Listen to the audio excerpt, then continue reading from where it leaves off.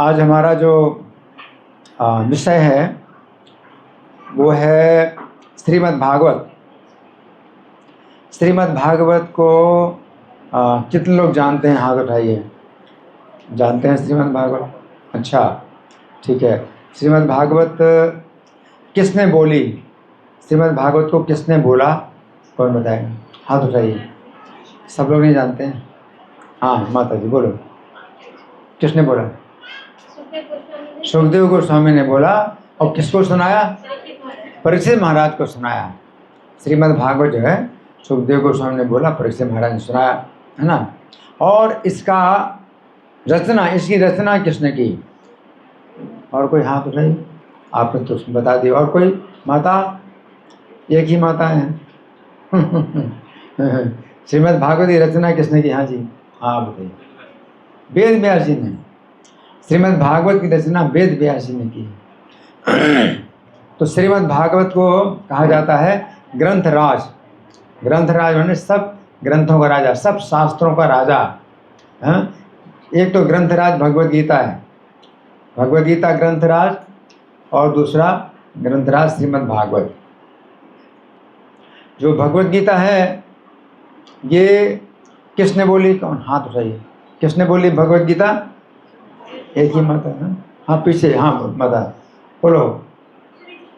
श्री कृष्ण भगवान ने बोली। और किसको सुनाई? अर्जुन को सुनाई, है ना। और कहाँ पर सुनाई? कुरुक्षेत्र के युद्ध में सुनाई। तो ये भगवद गीता है। और जो श्रीमद् भागवत है वो सुखदेव को सुनाई, परीक्षित महाराज को सुनाई, है ना। अच्छा, भगवद गीता कितनी देर में सुनाई भगवान ने अर्जुन को? हाँ बताओ। 45 मिनट। भगवद गीता 45 मिनट में भगवान ने अर्जुन को सुनाई। तो बहुत छोटा ग्रंथ है। और श्रीमद् भागवत कितने दिन सुनाई? 7 दिन सुनाई, है ना। बहुत बड़ा ग्रंथ है।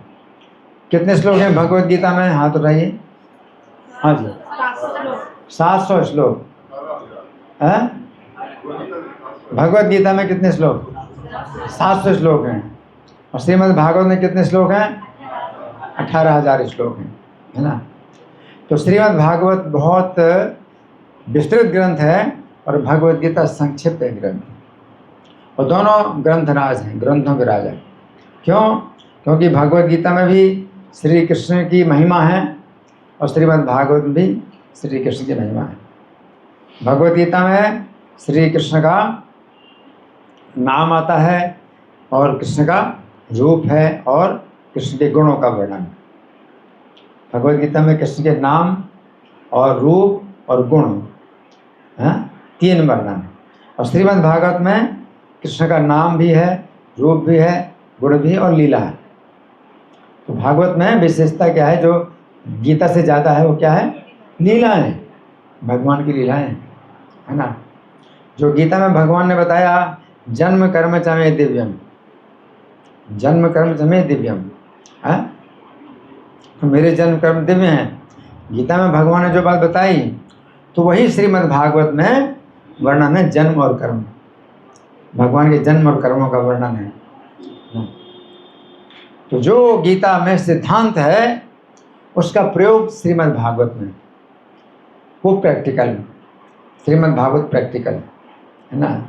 गीता में भगवान ने कहा कि जो मेरे जन्म कर्म को जानता है, दिव्य जानता है मेरे जन्म कर्म को, हाँ, तो त्यक्त्वा देहम पुनर्जन्म नेति, तो देह त्यागने के बाद पुनर्जन्म नहीं प्राप्त करता, माम एति, मेरे धाम में आता है। तो श्रीमद् भागवत में ऐसे ऐसे भक्तों का वर्णन है जिन्होंने इसी श्लोक के अनुसार अपना देह त्याग करके पुनर्जन्म नहीं प्राप्त किया, भगवान के धाम को प्राप्त किया। तो श्रीमद् भागवत जो है, इसलिए श्रीमद् भागवत में विशेष रस, ये जो है बहुत रस है श्रीमद् भागवत में। तो अब श्रीमद् भागवत कैसे लिखी गई? व्यास जी ने कब लिखी, क्यों लिखी?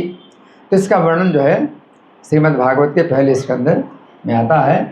पहले स्कंद का 5वां अध्याय है। तो उसमें पहले बताया गया है कि व्यास जी ने एक वेद के 4 विभाजन किए, एक वेद के 4 विभाजन किए। तो व्यास जी जो है बहुत बड़े महान मुनि हैं, जिन्होंने जो वेद मंत्रों को जो है 4 विभाजन किए एक वेद के। तो कलयुग के प्रारंभ में व्यास जी ने एक वेद के 4 वेद बना दिए। उन 4 वेदों के नाम कौन है, कौन बताएगा? आपको पता है? अरे वाह, एक ही माता को सब पता है। अच्छा, इधर 4 वेदों के नाम, हाँ आप बताइए। ऋग्वेद, सामवेद, यजुर्वेद, अथर्ववेद। तो एक वेद के 4 विभाजन किए व्यास जी ने। तो कलयुग के पहले द्वापर युग था, द्वापर के पहले त्रेता युग था, और त्रेता युग के पहले सतयुग था। तो सतयुग में एक ही वेद था, सतयुग में एक ही वेद था, और वो वेद क्या था? प्रणव, ओमकार, ओम। इसी से ही वेद का जो है पूरा जो प्रयोजन है वो सिद्ध होता था, ओम से। फिर त्रेता युग में एक वेद से 3 वेद बने, त्रेता युग में एक वेद से 3 वेद बने। अब 3 वेदों के नाम क्या है? 3 वेदों के नाम, जो 4 वेदों के नाम जैसे बताए, तो जो पहले 3 वेद जो बताए वो त्रेता युग में हुए, ऋग्वेद, सामवेद, यजुर्वेद, है ना। तो ये 3 वेद बने त्रेता में। त्रेता में भी जो है जो 3 वेद थे, द्वापर में भी 3 वेद रहे।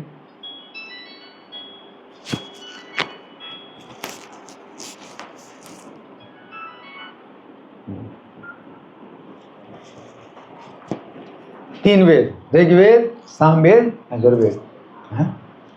अच्छा, तो द्वापर युग में व्यास जी भी हुए, द्वापर के अंत में व्यास जी हुई।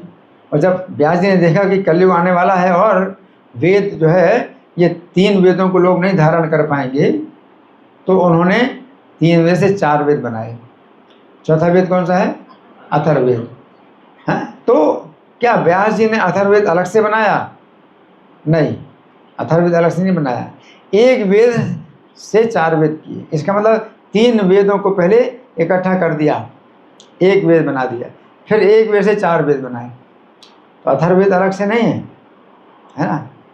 जो पहले ऋग्वेद, सामवेद और यजुर्वेद थे, उनको पहले सब मिक्स कर दिया। तो 3 वेदों से फिर जो उन्होंने 4 विभाजन किए। तो ये भी कहा जाता है एक वेद से 4 वेद बनाए व्यास जी ने, है ना। हम तो इस तरह से उन्होंने जो है किया, और वेदों का जो है अलग अलग अपने शिष्यों को जो है वो दिया, प्रदान किए। अलग अलग वेद, उनकी शाखाएं भी अलग शिष्यों को प्रदान की। लेकिन फिर उन्होंने देखा कि कलयुग में तो उनके पास भविष्य की दृष्टि थी, व्यास जी के पास भविष्य की दृष्टि थी, दूर दृष्टि थी उनके पास, और वे जो है बहुत ही करुणामय थे। उनको बहुत करुणा थी कि आगे चल कर के जो है लोग ऐसे भी होंगे जो स्त्री हैं, शूद्र हैं या द्विज बंधु हैं, तो इनको जो है वेद में अधिकार नहीं है, वेद में अधिकार नहीं है। तो उन्होंने उनके लिए फिर क्या किया? महाभारत की रचना की, महाभारत की रचना की, स्त्री शूद्र द्विज बंधुओं को महाभारत की रचना की, है ना। लेकिन अब सोचते रहे कि मैंने पूरा काम कर दिया, व्यास जी सोचते मैंने पूरा काम कर दिया, परंतु फिर भी उनके अंदर संतुष्टि नहीं हो रही, हृदय में संतुष्टि नहीं हो रही, और कुछ लग रहा है कि कुछ उनमें अभी कमी रह गई है, उनके कार्य में कमी रह गई है। व्यास जी बड़े जो है दयालु, उनके अंदर दया, कलयुग के प्राणियों के ऊपर उनकी दया जो है बरस रही थी, और उनको लग रहा था कि अभी मैंने पूरी दया नहीं की है, कलयुग के प्राणियों के लिए पूरी दया नहीं की, क्योंकि महाभारत की रचना तो कर दी, किंतु अभी वो पूरी दया नहीं की। है ना। तो जब नारद जी आए उनके आश्रम में, व्यास जी आश्रम नारद जी आए, तो नारद जी भी कहते हैं कि आपने तो बहुत बड़े काम कर दिए, बहुत बड़ा काम किया है, हैं? तो वेदों के 4 भाग बना दिए और महाभारत की रचना कर दी, तो स्त्रियों को, शूद्र को, द्विजबंधियों को भी जो है ये वेदों का जो है जो संदेश है वो प्राप्त हो जाएगा, हैं? परंतु आप, क्या बात है कि आपको असंतुष्टि का अनुभव हो रहा है, क्या बात है? नारद जी पूछ रहे हैं। तो व्यास जी भी कह रहे हैं कि हाँ, मुझे असंतुष्टि का अनुभव हो रहा है, हैं? तो फिर नारद जी क्या कहते हैं? नारद जी कहते हैं भवतानुदित प्रायम यशो भगवतो मिलम मलम, कि आपने महाभारत की रचना तो कर दी, वेदों के विभाजन कर दिए, परंतु आपने भगवान के यश का जो है उतना वर्णन नहीं किया जिसमें कि और कोई दूसरा टॉपिक ना हो, केवल भगवान का यश हो। तो जैसे महाभारत है, तो महाभारत में बहुत सी जो है बातें हैं, धर्म की बातें हैं, और बहुत सी बातें धन संपत्ति के बारे में हैं, अर्थ, उसको अर्थ बोलते हैं, और बहुत सी बातें हैं अर्थ, धर्म, काम की है, मतलब इंद्रिय तृप्ति की बातें बहुत सी हैं। तो धर्म, अर्थ, काम की बातें तो बहुत सी हैं महाभारत में, और भगवान का जो यश है वो जो है क्या हो गया है उसमें, मतलब वो पूरा का पूरा जो है भगवान का यश नहीं हुआ, जो कि एक ऐसा ग्रंथ होना चाहिए जिसमें कि भगवान का यश ही पूरा पूरा हो, उसमें धर्म, अर्थ, काम, इन सब बातों को जो है छोड़ करके भगवान का केवल यश, तभी आपको शांति और संतुष्टि का अनुभव होगा। तो नारद जी कहते हैं कि तभी आपको ये नए वासो न तुष्यते मन्ये दर्शनम खिलम, है ना। तो इस कारण से जो है आप जो है संतुष्ट नहीं हो पा रहे हैं, क्यों? क्योंकि आपने भगवान के निर्मल यश का उतना वर्णन नहीं किया जिससे कि भगवान संतुष्ट हों, और जब भगवान संतुष्ट नहीं होते हैं तो फिर आपको भी संतुष्टि नहीं हो रही। तो यहाँ बताया गया है कि जिस भगवान के निर्मल यश का अगर वर्णन नहीं होता है तो भगवान संतुष्ट नहीं होते हैं, तो इस प्रकार से वो शास्त्र क्या होता है, अधूरा होता है या व्यर्थ होता है।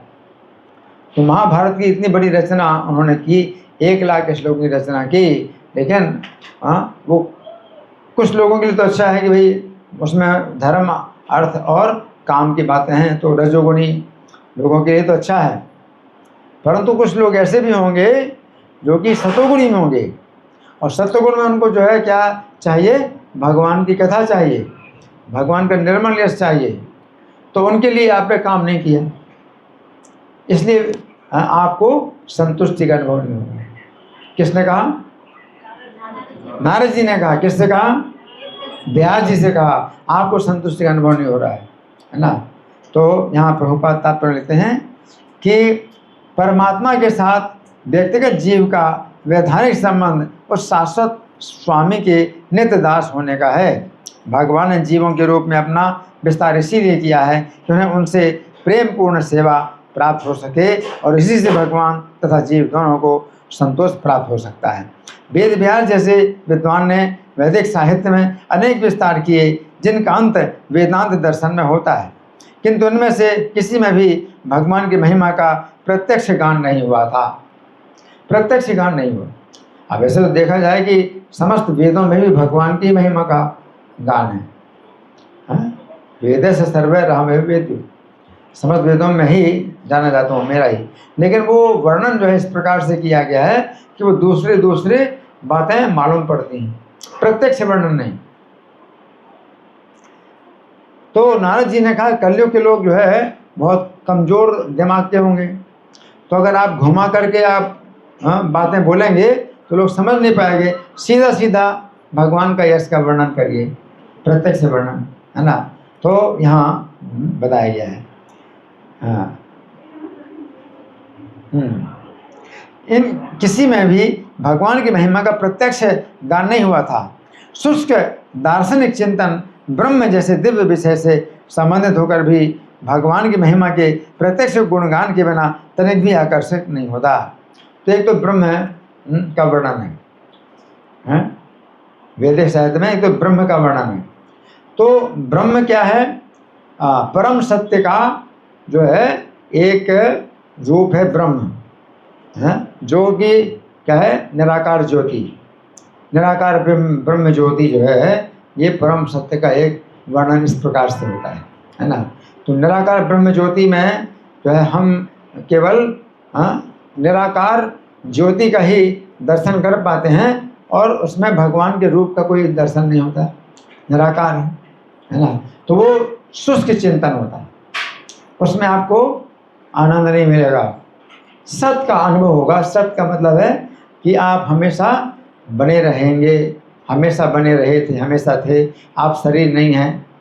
तो इसका जो है इसमें वर्णन है, लेकिन इससे आपको संतुष्टि नहीं होगी, इससे संतुष्टि नहीं होगी। हैं क्या आप कहते भाई हम ब्रह्म का चिंतन करते हैं, तो ब्रह्म का चिंतन करते हैं तो क्या चिंतन करते हैं? मैं शरीर नहीं हूँ, हैं मैं आत्मा हूँ और मैं जो है ब्रह्म हूँ, हैं मतलब हमेशा रहा, हमेशा रहूँगा। लेकिन उस ब्रह्म में क्या है? कोई क्रिया नहीं है, कोई कार्य नहीं होते हैं ब्रह्म में, कोई रूप नहीं होता है ब्रह्म का। तो उससे क्या होता है? आपको आनंद नहीं मिलेगा। तो ब्रह्म में जो है वो आनंद नहीं है। तो यहाँ पर लिख रहे हैं कि तनिक भी आकर्षण नहीं है ब्रह्म का जो चिंतन है, इसमें कोई आकर्षण नहीं मिलता है हमको। इसके बाद क्या है? दिव्य अनुभूति के लिए भगवान अंतिम शब्द हैं। निराकार ब्रह्म या अंतर्यामी परमात्मा के रूप में परम की अनुभूति उतना दिव्य आनंद प्रदान करने वाली नहीं होती। अच्छा, फिर परमात्मा का चिंतन होता है। ब्रह्म चिंतन में तो कोई आकार नहीं है और आप केवल अपने को अनुभव करेंगे कि हम हमेशा रहे हैं, शाश्वत का अनुभव होता है। फिर परमात्मा में क्या है? सच्चित, शाश्वतता मतलब अविनाशी हैं, तो अविनाशी भाव रहता है और साथ साथ ज्ञान का भी रहता है कि सब प्राणियों के हृदय में परमात्मा है, तो ज्ञान देते हैं प्राणियों को। तो परमात्मा का वर्णन इस प्रकार से हुआ। ये परमात्मा के वर्णन में भी वो आनंद नहीं मिलेगा जो आनंद मिलेगा भगवान में, क्योंकि भगवान में तीनों चीज़ें हैं। ब्रह्म का जो गुण है वो है कि शाश्वत, भगवान शाश्वत रहते हैं हमेशा, और परमात्मा का भी गुण सच्चित, परमात्मा सच्चित दोनों हैं, शाश्वत भी हैं और चित्त का मतलब ज्ञान भी है।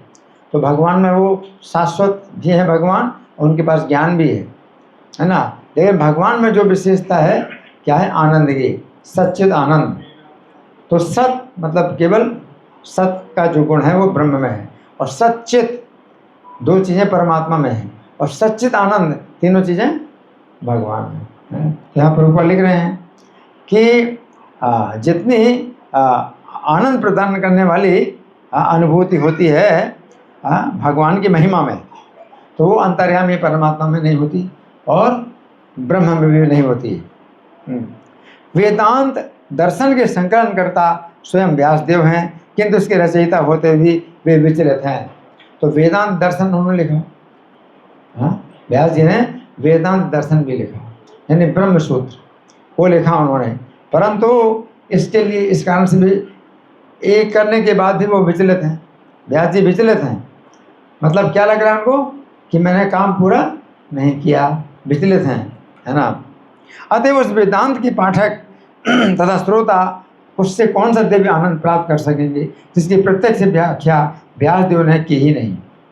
तो जो वेदांत सूत्र की जो व्याख्या है वो श्रीमद् भागवत जो व्यास जी ने नहीं की थी, तो वेदांत सूत्र से कौन समझ पाएगा असली भगवान का तत्व? भगवान का तत्व कौन समझ पाएगा? तो व्यास जी ने श्रीमद् भागवत के रूप में वेदांत सूत्र की व्याख्या नहीं लिखी। तो व्यास जी को इसी बात का क्या होता है? कमी लग रही है, उनके हृदय में कमी महसूस हो रही है कि मैंने जो है जो वेदांत सूत्र की व्याख्या जो कि भगवान का वर्णन है वो मैंने नहीं किया, है ना। आगे यहीं पर आवश्यकता प्रतीत हुई कि रचनाकार वेदांत सूत्र की व्याख्या श्रीमद् भागवत के रूप में करें। तो श्रीमद् भागवत क्या है? वेदांत सूत्र की व्याख्या है ना। फिर नारद जी कहते हैं यथा धर्मादेश चार्था मुनिवर्यानु कीर्तिता, कि हे मुनीश्वर, आपने जितना वर्णन किया है धर्म का और अर्थ का और काम का और मोक्ष का, धर्म अर्थ काम मोक्ष चारों पुरुषार्थों का आपने जितना वर्णन किया है उतना वर्णन आपने न तथा वासुदेव से महिमा है वर्णिता, तो उतनी आपने वासुदेव की महिमा का वर्णन नहीं किया। आपको अशांति क्यों मिल रही?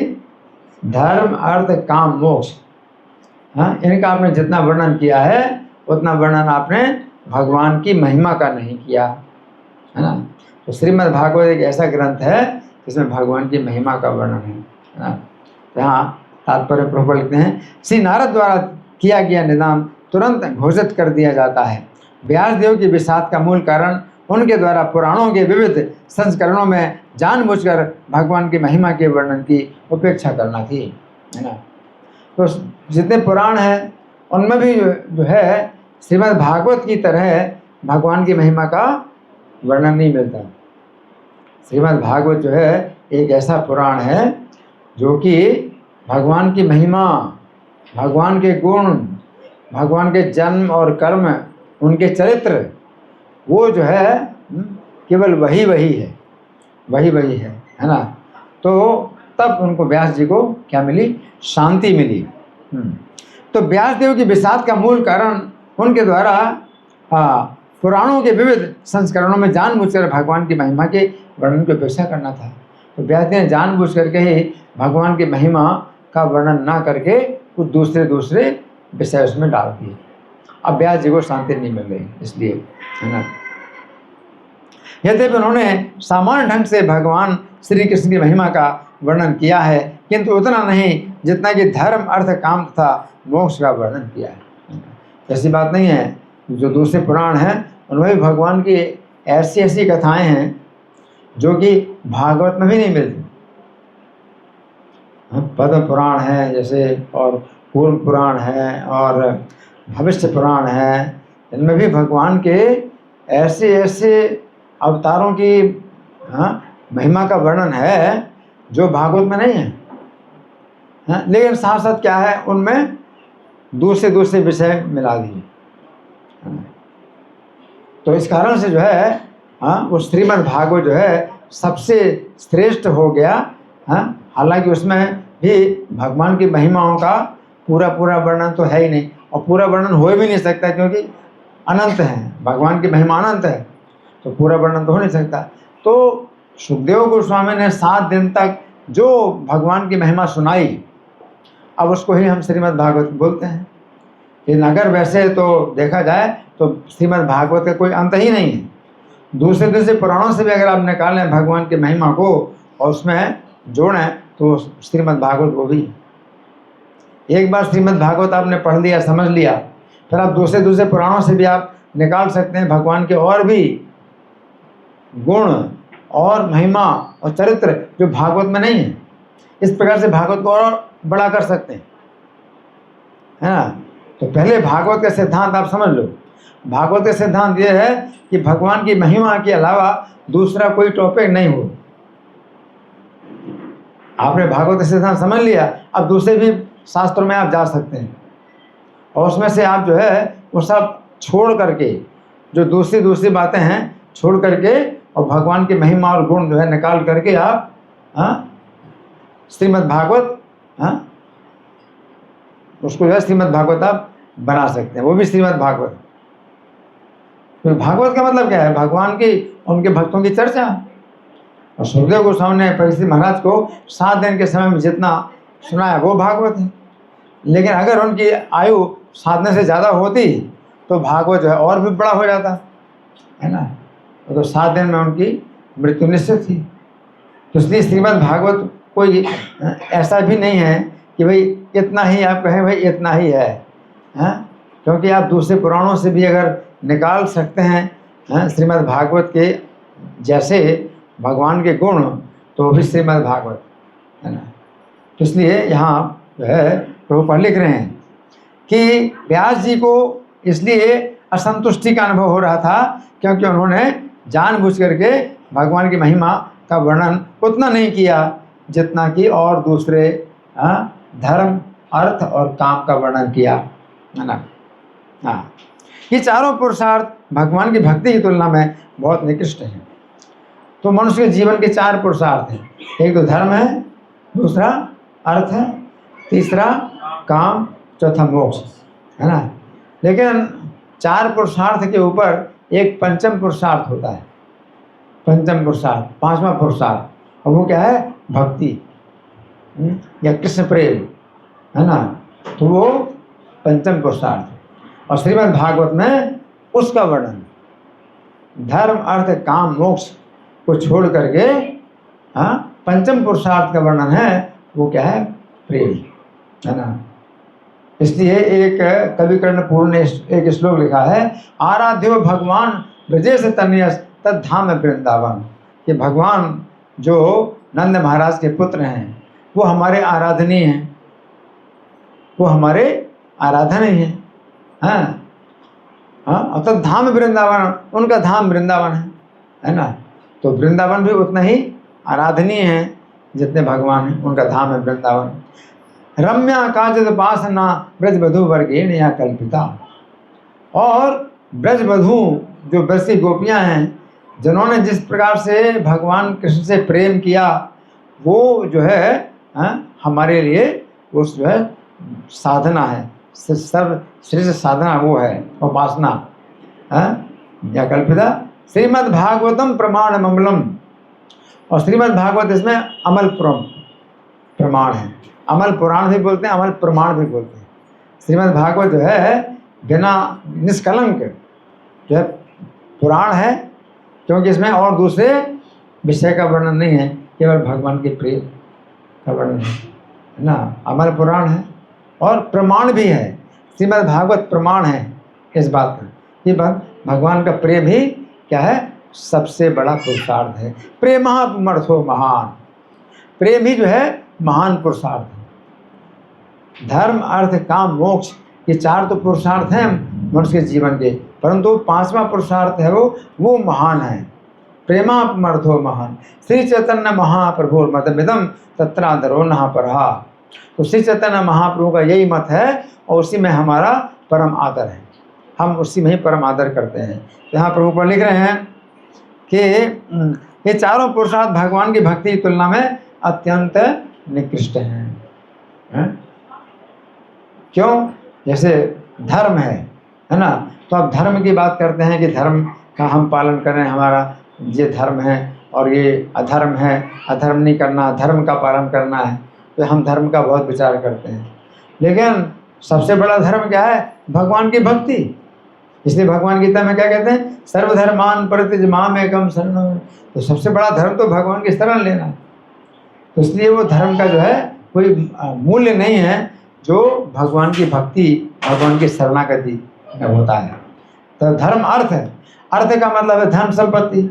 अब धन संपत्ति की आप बात करते हैं तो धन संपत्ति कितनी भी बटोर लो लेकिन आपके साथ नहीं जाएगी, है ना। तो असली धन संपत्ति क्या है? प्रेम धन। वही सबसे बड़ा धर्म भी है, प्रेम, और वही जो है अपने असली धन है कि वो जो धर्म धर्म आपके साथ रहे, है ना। तो चैतन्य महाप्रभु का मम जन्मनि जन्मनीश्वरे भवतात भक्ति रहे तो की गई। जन्म जन्म हमको आपकी भक्ति प्राप्त। तो असली धन वो है जो आपके साथ रह सकता है ना। धर्म, अर्थ, काम। अब काम जैसे इंद्रिय तृप्ति है ना, तो भौतिक संसार में लोग सोचते हैं भाई ये बहुत बड़ा पुरुषार्थ है, हम जो है इंद्रिय तृप्ति कर लेते हैं। नहीं, वो इंद्रिय तृप्ति जो है आपकी, वो आपको कहाँ गिराती है? बहुत जो है अंधकार की ओर ले जाती है। उस इंद्रिय तृप्ति के कारण हमारी दुर्गति होती है भौतिक संसार में और जन्म मरण के बंधन प्राप्त होते हैं, वो इंद्रिय तृप्ति, है ना। तो उस इंद्रिय तृप्ति से ज़्यादा बड़ा क्या है?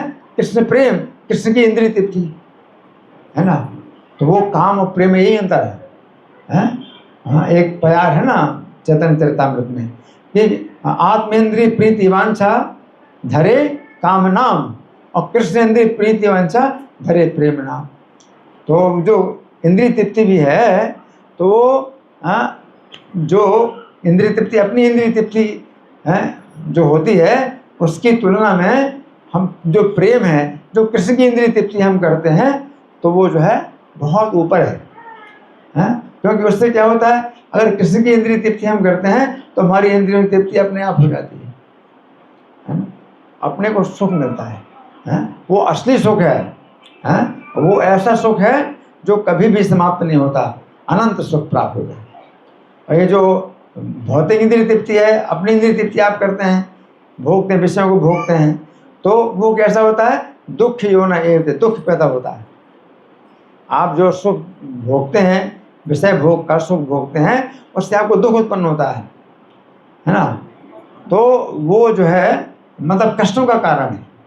तो इंद्रिय तृप्ति जो है, जो असली जो इंद्रिय तृप्ति है, वो क्या है, कृष्ण प्रेम में है। कृष्ण के प्रेम में जो है हमारी इंद्रियां पूरी तरह से संतुष्ट हो जाती हैं, और उनमें फिर वो नहीं रहता है जो तृष्णा है। जो भौतिक इंद्रिय तृप्ति में आप जितना विषय भोग करते हैं तो और वो बढ़ती है। जैसे आग में आपने घी डाला तो और मांग करती है कि और चाहिए और चाहिए, वो तृप्त नहीं होती। और जो कृष्ण की हम इंद्रिय तृप्ति करते हैं, कृष्ण को प्रसन्न करते हैं, तो हमारी इंद्रियां तृप्त हो जाती हैं, संतुष्ट हो जाती हैं कि और नहीं, पूर्ण संतुष्टि होती है। तो चाहे धर्म हो, अर्थ हो, काम हो, लेकिन ये सब जो है सबसे बड़ा धर्म भी जो है कृष्ण प्रेम है, सबसे बड़ा अर्थ है, धन भी कृष्ण प्रेम है, और सबसे बड़ी इंद्रिय तृप्ति भी, काम भी कृष्ण प्रेम है। और मोक्ष, अगर मोक्ष की बात करें तो मोक्ष में क्या है कि कोई निराकार ब्रह्म ज्योति में अगर मुक्ति प्राप्त कर ले, कि भाई हमें निराकार ब्रह्म ज्योति मुक्ति, तो लोग सोचते हैं हाँ इससे तो बड़ी राहत मिल जाएगी, आपको जन्म मरण का कष्ट नहीं होगा। ठीक है, जन्म मरण का कष्ट नहीं होगा, लेकिन उसमें निराकार में आप जो है ज्योति में आप बिना कुछ कार्य किए में आप जो है कब तक रहेंगे। निराकार ब्रह्म ज्योति में आपको कोई कार्य नहीं मिलता, कोई सेवा नहीं मिलती, तो कब तक रहेंगे। हालांकि जन्म मरण के कष्ट से तो आप छुटकारा मिल गया आपको, लेकिन तो भी उसमें आनंद नहीं है। आप अकेले मान लो बैठे हो अपने कमरे में, अकेले कब तक बैठे रहोगे। आपको चाहिए अपना मिलना जुलना, है ना, कुछ अपना समाज है, कुछ परिवार है, अपने सब जो है बातचीत होती है, तो उसमें वैराइटीज है ना। तो उस मोक्ष से जो है वो क्या है, बढ़ करके भगवान की भक्ति, भगवान की भक्ति उस मोक्ष से बढ़ करके है, वो सबसे बड़ा मोक्ष वो है। क्योंकि उस भगवान की भक्ति में, आप भक्तों के संग में आप जो है भगवान की चर्चा करते हैं, तो आप जन्म मरण से अपने आप छूट जाते हैं, उसमें कोई प्रयास करने की जरूरत नहीं, उसमें आपको प्रयास करने की जरूरत नहीं, आप छूट जाते हैं। और इससे ऊपर आपको क्या है, भगवान की जो सेवा मिलती, भगवान का प्रेम मिलता है, उसमें आपका जो है क्या होता है, पूरा जीवन है, आप जीवन और अनेक जीवन जो है आप लगा सकते हैं। और भगवान के धाम में वो भक्ति हमेशा नित्य रहती, वहाँ पर एकमात्र वही कार्य भगवान के धाम में क्या, भगवान के गुणों की चर्चा करना और सुनना, क्योंकि और कोई कार्य है ही नहीं भगवान के धाम में, और कोई कार्य नहीं है। क्योंकि सब कार्य है, कोई व्यापार की ज़रूरत नहीं है, कोई ऑफिस की ज़रूरत नहीं है, और पैदावार करने की ज़रूरत नहीं है, कि खेती करने की ज़रूरत नहीं है, कोई कार्य करने की ज़रूरत नहीं है। वहाँ घर मकान सब जो है ऐसे चिंतामणियों से बने हैं, तो उसमें कुछ है रिपेयर करने की ज़रूरत ही नहीं होती है। और खाने पीने के लिए आपको अनाज पैदा करने की ज़रूरत नहीं है कि बना बनाए खाना, वहाँ पर जो कल्प वृक्ष हैं वो बना बनाए सब मिलता है सब कुछ, तो उसमें कुछ भी काम करने की जरूरत नहीं। तो भगवान के धाम में क्या है, भक्ति का ही कार्य है। तो भक्ति को ही आप समझिए कि धर्म में भी जो है सबसे बड़ा धर्म है, वो धर्म जो है तुच्छ है भौतिक संसार का, और अर्थ भी भौतिक संसार की जो धन संपत्ति है वो भी तुच्छ है, भक्ति सबसे बड़ा धन है। धर्म अर्थ काम, और काम भी जो है इंद्रिय तृप्ति भी बहुत तुच्छ है, तो भक्ति की तुलना में, जो भक्ति में जो संतुष्टि मिलती है, सुख मिलता है उसकी तुलना में। और जो मोक्ष है वो भी जो है भक्ति की तुलना में बहुत निकृष्ट है कैवल्यम नरकायते। जो भगवान के भक्त हैं उनको वो कैवल्य मोक्ष है, जो निराकार ज्योति में जो मुक्ति प्राप्त होती है वो नरक के समान होती है, कैवल्यम नरकायते, है ना। तो यहाँ पर प्रभुपाद लिख रहे हैं कि चारों पुरुषार्थ भगवान की भक्ति की तुलना में अत्यंत निकृष्ट हैं। प्रामाणिक विद्वान होने के कारण श्री व्यासदेव इस संदर्भ को भली भांति जानते थे। फिर भी इस उत्तम कार्य अर्थात भक्तिमय सेवा को अधिक महत्व प्रदान न करके उन्होंने अपने बहुमूल्य समय का लगभग दुरुपयोग किया था, जिसके कारण वे विषादग्रस्त थे। तो व्यास जी विषादग्रस्त क्यों थे? क्योंकि उन्होंने जानबूझ करके ऐसा किया। लेकिन ऐसी बात है कि व्यास जी ने मतलब ये देखा कलयुग में बहुत लोग रजोगुणी होंगे, तो श्रीमद् भागवत को छोड़ करके वो दूसरे ग्रंथों में जाएंगे, तो इसलिए व्यास जी ने उनके तो लिखा। लेकिन कलयुग में कुछ ऐसे भी तो लोग होंगे, कुछ लोग ऐसे भी तो लोग होंगे जो रजोगुण से ऊपर उठेंगे, तो फिर उनको आपने कुछ दिया नहीं, श्रीमद् भागवत जैसी कोई चीज़ आपने दी नहीं, तो वो फिर कैसे जीवित रहेंगे? उनको श्रीमद् भागवत चाहिए, उनको जीवित रहने के श्रीमद् भागवत चाहिए, जिसमें भगवान का वह शुद्ध गुणगान हो, है ना। और वही बात जो है गीता में भगवान 10वें अध्याय के 9वें श्लोक में कहते हैं, मच्चित्ता मद्गत प्राणा बोधयंता परस्परम।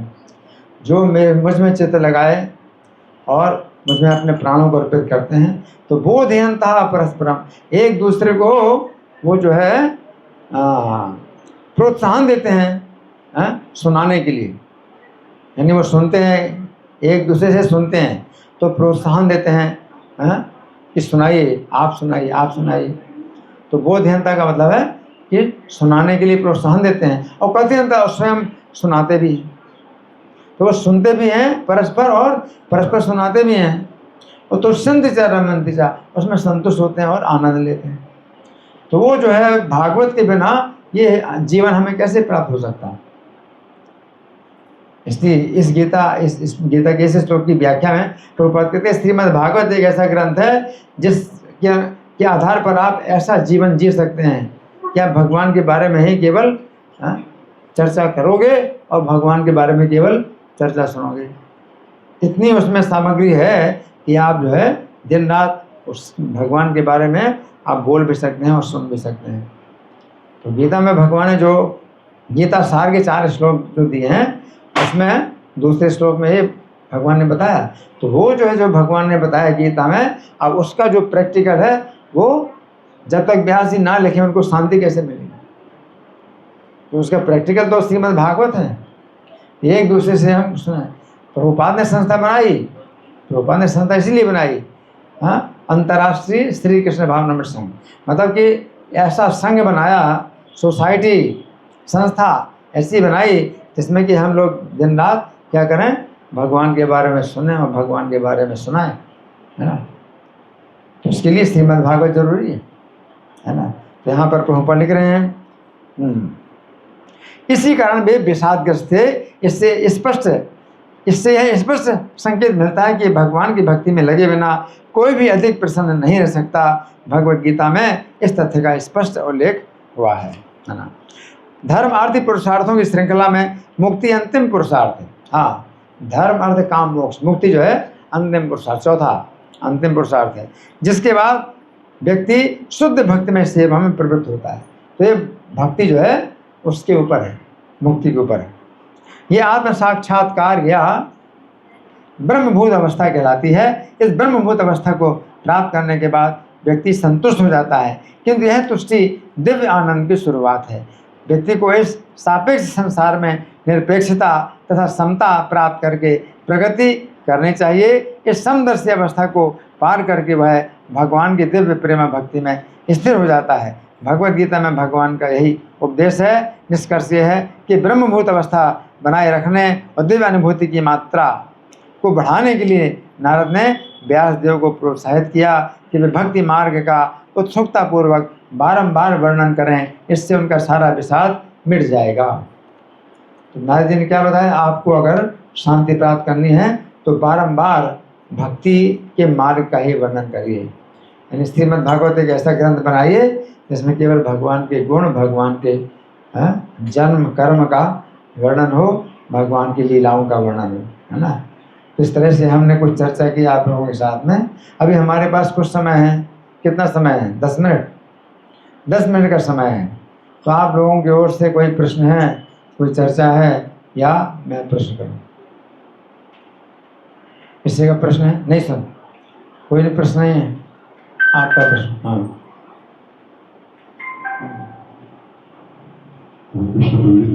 आपने बहुत सुंदर ढंग से हम बताया कि क्या रेफरेंस है, काम को राठौर और भक्ति में क्या डिफरेंस है।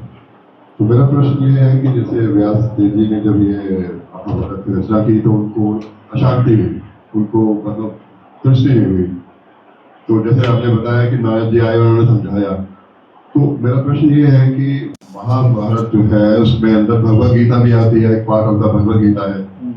तो अगर व्यास जी ने मतलब सिर्फ अर्थ काम मोह पे ही किया तो भगवद गीता तो उसमें भी भगवान के बारे में चर्चा है। तो हम कैसे मान लें कि उन्होंने भगवान के बारे में चर्चा नहीं की, क्योंकि Bhagavad Gita is a part of Bhagavatam. इनका प्रश्न है।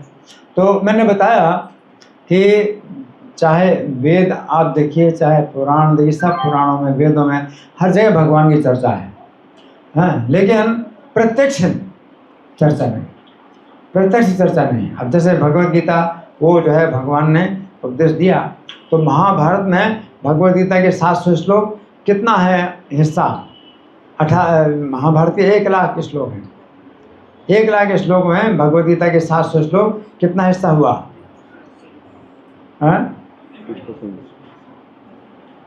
25वां हिस्सा, 15-25, 1 लाख श्लोक। अगर 1000 श्लोक, 1000 श्लोक माना जाए तो 100वां हिस्सा हुआ, 1%। तो 1% से भी कम है भगवद गीता, है ना। तो इससे है भगवान का जो है वर्णन महाभारत में ऐसा वर्णन है जो भागवत में भी नहीं मिलेगा। ऐसी ऐसी भगवान की लीलाएं हैं, और महाभारत युद्ध में भगवान कैसी लीलाएं करते हैं तो भागवत में भी नहीं मिलेगा। ऐसा वर्णन है महाभारत में, और दूसरे पुराणों में भी ऐसा वर्णन है, लेकिन आपको निकालना पड़ेगा उसमें, है ना। तो वो चीज़ होती है कि जैसे मान लो कि बहुत बढ़िया खीर आपने बनाई है, और उसमें खूब बढ़िया जो है आपने चीनी है, दूध है, चावल है और मेवा है, सब डाला, लेकिन थोड़ी सी आपने उसमें धूल डाल दी। अब वो क्या हो गया? किरकिरा हो गया, समझ गए। उसी प्रकार से धर्म अर्थ काम की चर्चा भी उसमें बीच बीच में डाल दी, तो वो क्या हो गया? जो भक्त जो है सात्विक भक्त हैं, तो उनको जो है फिर उसमें वो बड़ी दिक्कत होगी, परेशानी होगी, है ना। तो आपको वो खीर कैसी लगेगी? थोड़ा सा भी धूल डाल दी उस खीर में, सब तो बढ़िया है, और थोड़ा सा धूल डाल दी, राख डाल दी, अब कैसा है? वो खाने में किरकिरा हो गया, पूरा मजा किरकिरा हो गया। तो इसी प्रकार से महाभारत को लेकर के व्यास जी को शांति नहीं मिली, है ना। तो उसमें है और बहुत जो है वर्णन है, लेकिन अब इसमें क्या है कि आपको बहुत काम करना पड़ेगा। अगर पहले भागवत का अध्ययन करो अच्छी प्रकार से, फिर महाभारत में आप निकालोगे तो जो है भगवान के गुण और भगवान की लीलाओं को आप उसमें निकालोगे तो आप एक और श्रीमद् भागवत बन जाएगा, तो भागवत का और विस्तार हो जाएगा। हाँ, तो श्रीमद् भागवत 7 दिन में सुखदेव गोस्वामी ने बोली वो थोड़ी पर्याप्त है, भगवान के गुण तो अनंत हैं, तो जितना वर्णन करो वो बढ़ता जाएगा, तो श्रीमद् भागवत तो बढ़ती जाएगी। तो महाभारत से भी आप जो है काम कर सकते हैं, तो श्रीमद् भागवत का एक हिस्सा वो भी आप निकाल सकते हो उसमें, लेकिन आपको काम करना पड़ेगा उसमें, क्योंकि बहुत सी चीज़ें छोड़नी पड़ेंगी और फिर निकालनी पड़ेंगी, हैं। अब जैसे वो खीर में से राख थोड़ा सा डाल दिया, अब उसको कैसे निकालोगे? बहुत परिश्रम करना पड़ेगा। खीर में थोड़ी सी राख या धूल डाल दी, हाँ, अब कैसे अलग करोगे? बहुत मुश्किल है ना। तो अगर आपको उसकी जगह वो पूरी खीर मिले जिसमें एक भी जो है मतलब कण है उसका राख का या धूल का नहीं है, तो आप तो वही पाना चाहोगे ना, अपना समय क्यों खराब करें? इसमें तो बहुत समय खराब होगा कि आप महाभारत से आप निकालें भगवान के गुण को और बाकी सब छोड़ें। लेकिन हाँ, आप काम कर सकते हैं। अगर श्रीमद् भागवत में आप अच्छे मतलब पारंगत हो गए, अभ्यस्त हो गए हैं तो फिर आप काम कर सकते हैं। तो महाभारत के किसी एक हिस्से का भी है। भीष्म पर्व ले लो, तो भीष्म पर्व में भगवान की इतनी ऐसी ऐसी लीलाएं हैं, कहीं नहीं मिलेंगी। महाभारत में ऐसी ऐसी लीलाएं कहीं नहीं मिलेगी, तो आप निकाल सकते हैं, उसका रसास्वादन कर सकते हैं। तो श्रीमद् भागवत जो है 7 दिन का जो है, जो सुखदेव गोस्वामी सुना है, वो पर्याप्त थोड़ी, बहुत है। ठीक है ना जी। और कोई प्रश्न है किसी का, या मैं प्रश्न करूं? मैं प्रश्न करूं?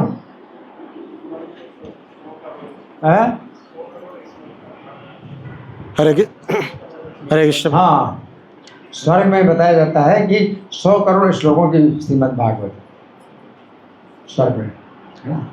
और उद्धव जी ने भी जो है श्रीमद् भागवत सुनाई थी जिस समय भगवान कृष्ण अपने परम धाम को चले गए हैं, परम धाम में चले गए हैं। तो भगवान की जो पत्नियां थी द्वारका में, तो वो जो है उनको अर्जुन जो है लेकर के आए हस्तिनापुर, और हस्तिनापुर से फिर उन्होंने जो है वहाँ जो है जो ब्रज में बैजनाथ थे कृष्ण के पौत्र के पुत्र प्रपौत्र बैजनाथ, तो उनके संरक्षण में भगवान कृष्ण की पत्नियों को छोड़ दिया है ना। तो भगवान कृष्ण की पत्नियां जो है कृष्ण के विरह में बहुत जो है कष्ट पा रही है ना। तो फिर उस समय जो है बैजनाथ ने फिर कुसुम सरोवर में जो है विशेष कीर्तन कराया, भक्तों में विशेष कीर्तन कराया। तो कुसुम सरोवर में जो लताओं के रूप में उद्धव जी निवास करते हैं, उद्धव जी साक्षात प्रकट हो गए, और उद्धव जी ने कहा कि ये कृष्ण की जो पत्नियां हैं ये कृष्ण के विरह का अनुभव कर रही हैं, और भी जितने हैं यहाँ के निवासी हैं, तो मैं 1 महीने की श्रीमद् भागवत सुनाऊंगा और इन सबको भगवान की लीला में प्रवेश कराऊंगा, है ना। तो उद्धव जी ने 1 महीने की श्रीमद् भागवत सुनाई, और सब लोग भगवान कृष्ण की लीला में मतलब अपने अपने स्थान में चले गए, प्रवेश कर गए। तो उद्धव जी ने जो 1 महीने की श्रीमद् भागवत सुनाई थी वो प्रचलित नहीं है, उसका जो है कहीं भी रिकॉर्ड नहीं है। लेकिन सुखदेव गोस्वामी ने जो 7 दिन भागवत सुनाई परीक्षित महाराज को, वो जो है व्यास जी ने उसको श्रीमद् भागवत के 12 स्कंध में प्रस्तुत किया। तो उद्धव जी ने 1 महीने तक सुनाई, तो फिर और बड़ी है। लेकिन अभी हमें केवल वही भागवत उपलब्ध है।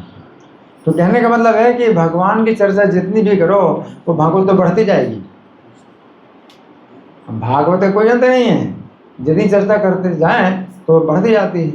अब जैसे प्रभुपाद ने श्रीमद् भागवत के जो है 18,000 श्लोक और उनके जो है जब तात्पर्य दिए तो भागवत कितना बड़ा हो गया। अब जो है इतना बड़ा जो सेट है श्रीमद् भागवत का 18 खंडों का, तो कितना बड़ा हो गया। तो प्रभुपाद ने तात्पर्य दी तो और बड़ा हो गया। तो इसी प्रकार से जो है भगवान की चर्चा तो जितनी आप करते जाओ अंत ही नहीं है, और भागवत का भी अंत नहीं, कोई अंत नहीं। ठीक है ना। तो अब मैं प्रश्न कर रहा हूँ, ठीक है। तो व्यास जी जो है सब जो अज्ञानी कलयुग में अज्ञानी होंगे उनकी भविष्य की दृष्टि से वो देख रहे थे कितने कितने लोग जो है होंगे जो कि बड़े मंद होंगे, आलसी होंगे, कम आयु वाले होंगे। तो उनके लाभ के लिए व्यास जी ने बहुत बड़ा काम किया, बहुत बड़ा काम किया है। क्या काम किया? पहला तो 3 वेदों से 4 वेद बनाए, है ना। फिर दूसरा काम किया, क्या काम किया कि वेदों में भी अधिकार नहीं स्त्रियों का और शूद्रों का, द्विज बंधुओं का। तो उन्होंने जो है महाभारत की रचना कर दी, है ना। तो महाभारत की रचना या दूसरे भी पुराण, है ना। तो इतना सब करने के बाद भी व्यास जी को शांति नहीं मिल रही और वो सोच रहे हैं कि मेरा काम पूरा नहीं हुआ। तो वो क्या था, कौन बताएगा? हाँ आप बताओ। भगवान की लीला। तो भगवान की लीला तो महाभारत में भी है। तो फिर भागवत में भगवान की लीला लिखने की क्या जरूरत थी, कौन बताएगा? हाँ आप बताओ। हाँ, माइक में भगवान की भक्ति के बारे में। भगवान की भक्ति के बारे में तो महाभारत में भी है, वर्णन तो है। इधर से बताइए, महाभारत में तो वर्णन है, भगवान की भक्ति का वर्णन है महाभारत में। फिर अच्छा उधर माता जी ने, हाँ केवल भगवान की भक्ति। हाँ, और ये जो बाकी जो पुराण है या महाभारत है उसमें भगवान की भक्ति है, लेकिन उससे जो है मतलब क्या है कि वो जो है वो उसमें बाधा आती है।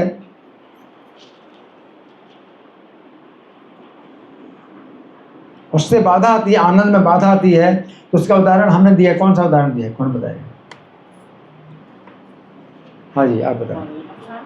काम मोक्ष का जो धर्म मतलब वेद व्यास जी ने महाभारत में भगवान के बारे में वर्णन तो किया है, बट उसमें काम मोक्ष धर्म अर्थ ये सब भी वर्णन किया, जिसकी वजह से ये बाधाएं आती। उदाहरण दिया, इसका उदाहरण दिया, काय का उदाहरण दिया, किस चीज का उदाहरण दिया? हाँ आप बताइए। हरे कृष्ण प्रभु जी। खीर में प्रभु जी आपने उदाहरण दिया कि जिस तरीके से कुछ मिट्टी के कण आ जाते हैं, तो खीर में अगर मिट्टी डाल दें, थोड़ा सा मिट्टी डाल दें तो कैसा हो जाएगा? ठीक है, एक ठीक है, चलेगा? चले, ठीक है चलेगा। नहीं चलेगा। तो जो ऐसे सात्विक लोग होते हैं तो उनको नहीं चलेगा, रजोगुणी लोगों को चलेगा, ठीक है भाई, वो भी चलेगा। सतोगुणी लोगों को नहीं चलेगा, है ना? प्रभु जी तो उनके लिए हाँ एक उदाहरण और देना चाहूँगा प्रभु जी। हाँ। प्रभु जी भगवान ऐसे हैं जैसे कि खीर में काजू की तरह है, और सब पुराणों में जैसे होता है, पर जो है भागवतम में ऐसे बिल्कुल काजू कतली है, बिल्कुल काजू के अलावा कुछ है ही नहीं उसमें। और दूसरे पुराणों में क्या बताया? काजू, अभी खीर में जैसे काजू होता है, भगवान इस तरीके से काजू हैं। अच्छा, और श्रीमद् भागवतम में आते हैं बिल्कुल काजू कतली, उसके अलावा काजू के अलावा कुछ है ही नहीं। और प्रभु जी इसमें वो उतना सही उदाहरण नहीं है, क्योंकि खीर फिर भी उसका भी टेस्ट है, और भाई काजू का टेस्ट है, वो तो वो लोग कहेंगे भी वो ज़्यादा अच्छा है। खीर में काजू डाल दे वो ज़्यादा अच्छा है कि खाली काजू, तो सही उदाहरण नहीं है। ठीक है। लेकिन खीर में अगर आपने थोड़ा मिट्टी डाल दी, राख डाल दी, तो वो फिर क्या हो गया, पूरा किरकिरा हो गया। ठीक है ना? तो इस तरह से ठीक है। तो आज की कथा जो है हमारी चर्चा समाप्त हुई। श्री कृष्ण कथा महामहोत्सव की श्रील प्रभुपाद की।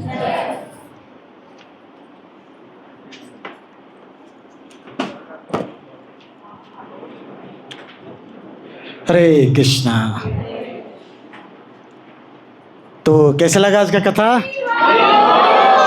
आप चाहते हैं कि प्रभु जी बार बार यहाँ पे आए हैं अपना संग देने के लिए? जोर से बोलिए हरि बोल।